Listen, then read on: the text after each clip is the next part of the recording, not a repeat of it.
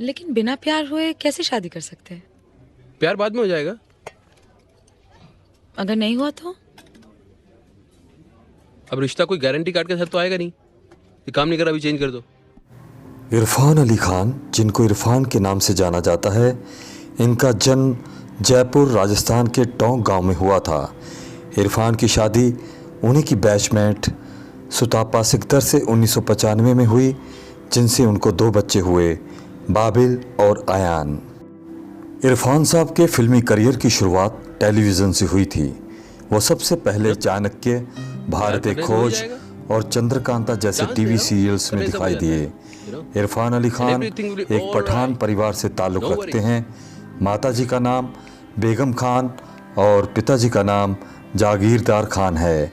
इनके पिताजी का टायर्स का बिजनेस हुआ करता था। इरफान खान बचपन से ही शाकाहारी थे, जिस वजह से उनके पिताजी मजाक में कहा करते थे कि पठानों के घर में ब्राह्मण ने जन्म लिया है। इरफान साहब नसीर साहब की एक्टिंग से काफ़ी इम्प्रेस थे। उन्हें लोगों ने बताया था कि अगर बड़ा एक्टर बनना है तो एनएसडी में दाखिला लेना पड़ता है, मगर वहाँ एडमिशन लेना इतना आसान न था। बड़े बड़े दिग्गज रिजेक्ट कर दिए जाते थे, मगर इरफान साहब का लक गजब का था। उन्होंने पहली बार अप्लाई किया, तभी उनका एडमिशन वहाँ हो गया, जबकि मनोज बाजपेयी जैसे कलाकारों का 3 बार अप्लाई करने पर भी वहाँ सिलेक्शन ना हो सका था। 1988 की बात है, जब इरफान की एनएसडी की ट्रेनिंग अभी कंप्लीट भी नहीं हुई थी, तभी मीरा नायर की फिल्म सलाम बॉम्बे में इरफान खान को अभिनय करने के लिए चुन लिया गया था। खुद मीरा नायर ने नेशनल स्कूल ऑफ ड्रामा में आकर इरफान को पसंद किया था और उनके गजब के लुक की वजह से एक स्ट्रीट किड का कैरेक्टर दिया गया। इरफान बहुत खुश थे और मुंबई आकर उन्होंने उनकी एक्टिंग वर्कशॉप अटेंड की, मगर तब मीरा नायर को लगा कि इरफान की हाइट कुछ ज़्यादा है, जिस कारण वो एक स्ट्रीट किड के कैरेक्टर में सूटेबल नहीं है। सोने कैरेक्टर से बाहर कर एक छोटा सा रोल दे दिया गया। इस बात से इरफान साहब के जज्बातों को काफ़ी गहरा धक्का लगा और वो टूट से गए थे। पर इस इंसिडेंट के बाद इरफान को काफ़ी मजबूत बना दिया और उन्हें लगा कि अब वो ज़िंदगी में कुछ भी सहन कर सकते हैं। इरफान अली अपनी नानी के बहुत चहेते थे। उनकी नानी का घर टोंक में था। वो अक्सर वहाँ आया जाया करते थे। वही एक जगह थी जहाँ इरफान अपने आप को सिक्योर फील करते थे।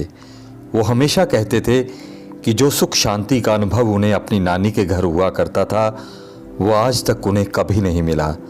वहीं से उन्हें अभिनय का शौक़ पैदा हुआ था और उन्होंने रविंद्र थिएटर ज्वाइन कर लिया था। वहीं से उन्हें नेशनल स्कूल ऑफ ड्रामा में एडमिशन लेने का रुझान पैदा हुआ। ट्रेनिंग के दौरान ही इरफान साहब के फादर का निधन हो गया था, जिस कारण उन्हें घर से फाइनेंशियल हेल्प मिलनी बंद हो गई। पर एनएसडी से जो स्कॉलरशिप मिलता था, उसी से उन्होंने अपनी ट्रेनिंग पूरी की और फिर मुंबई आ गए। यहाँ आकर भी काम मिलना इतना आसान ना था। मीटिंग पर मीटिंग चलती गई, मगर काम ना मिला। वो एक छोटे से किराए के कमरे में रहा करते थे और स्ट्रगल के दिनों में उनका सर्वाइव करना भी मुश्किल हो गया था।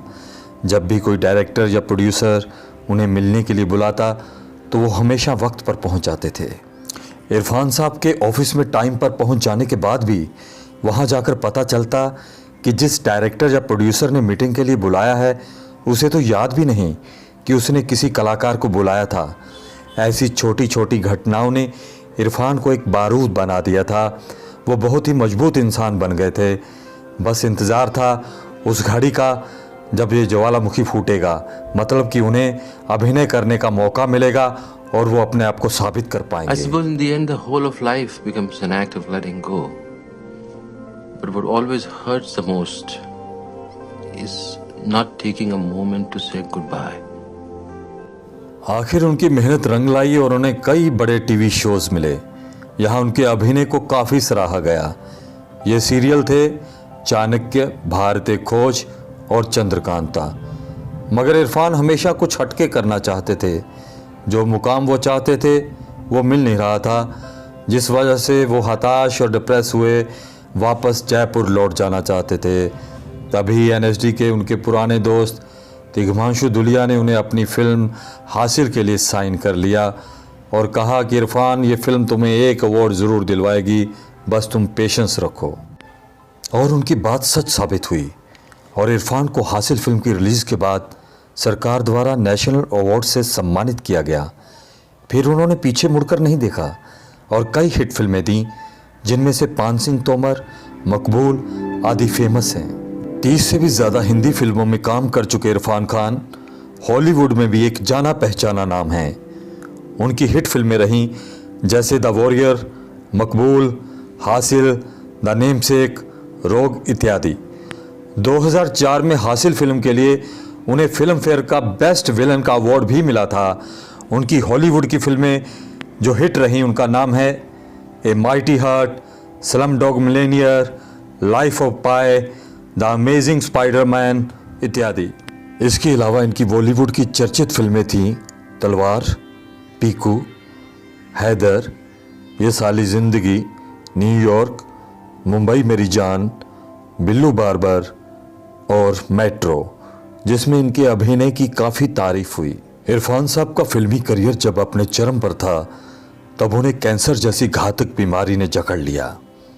वो 1918 में अपना इलाज करवाने अमेरिका चले गए और वहाँ से स्वस्थ होने के बाद 2019 को इंडिया वापस आ गए।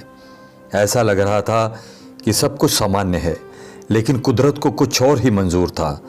अप्रैल 2020 में उनकी तबीयत अचानक बिगड़ गई और उन्हें ट्रीटमेंट के लिए कोकिलाबेन धीरूभाई अंबानी हॉस्पिटल अंधेरी में एडमिट कराया गया। मगर 29 अप्रैल 2020 में ये सशक्त अभिनेता हमेशा हमेशा के लिए इस संसार को अलविदा कह गया। ये हेडमास्टर नहीं है जी, ये बिजनेसमैन है। और आजकल पढ़ाई नहीं है जी, ये धंधा है धंधा। मगर उनके अभिनय की छाप हमेशा हमारे दिलों पर जिंदा रहेगी। अभी मैं आपसे इजाजत लेता हूँ और मिलते हैं एक नए एपिसोड के साथ।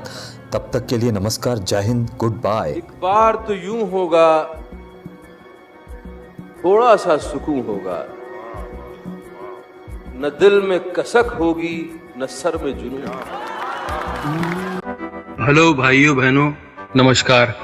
मैं इरफान, मैं आज आपके साथ हूं भी और नहीं भी। खैर, ये फिल्म अंग्रेजी मीडियम मेरे लिए बहुत खास है। सच यकीन मानिए, मेरी दिली ख्वाहिश थी कि इस फिल्म को उतने ही प्यार से प्रमोट करूं जितने प्यार से हम लोगों ने बनाया है। लेकिन मेरे शरीर के अंदर कुछ अनवांटेड मेहमान बैठे हुए हैं, उनसे वार्तालाप चल रहा है। देखते हैं किस करवट उठ बैठता है। जैसा भी होगा आपको इत्तला कर दी जाएगी। कहावत है, when life gives you lemon, you make a lemonade। बोलने में अच्छा लगता है, पर सच में जब जिंदगी आपके हाथ में नींबू थमाती है ना, तो शिकंजी बनाना बहुत मुश्किल हो जाता है। लेकिन आपके पास और चॉइस भी क्या है पॉजिटिव रहने के अलावा। इन हालात में नींबू की शिकंजी बना पाते हैं कि नहीं बना पाते हैं, ये आप पर है। और हम सब ने इस फिल्म को उसी पॉजिटिविटी के साथ बनाया है। और मुझे उम्मीद है कि ये फिल्म आपको सिखाएगी, हंसाएगी, रुलाएगी, फिर हंसाएगी शायद। Enjoy the trailer and be kind to each other and watch the film.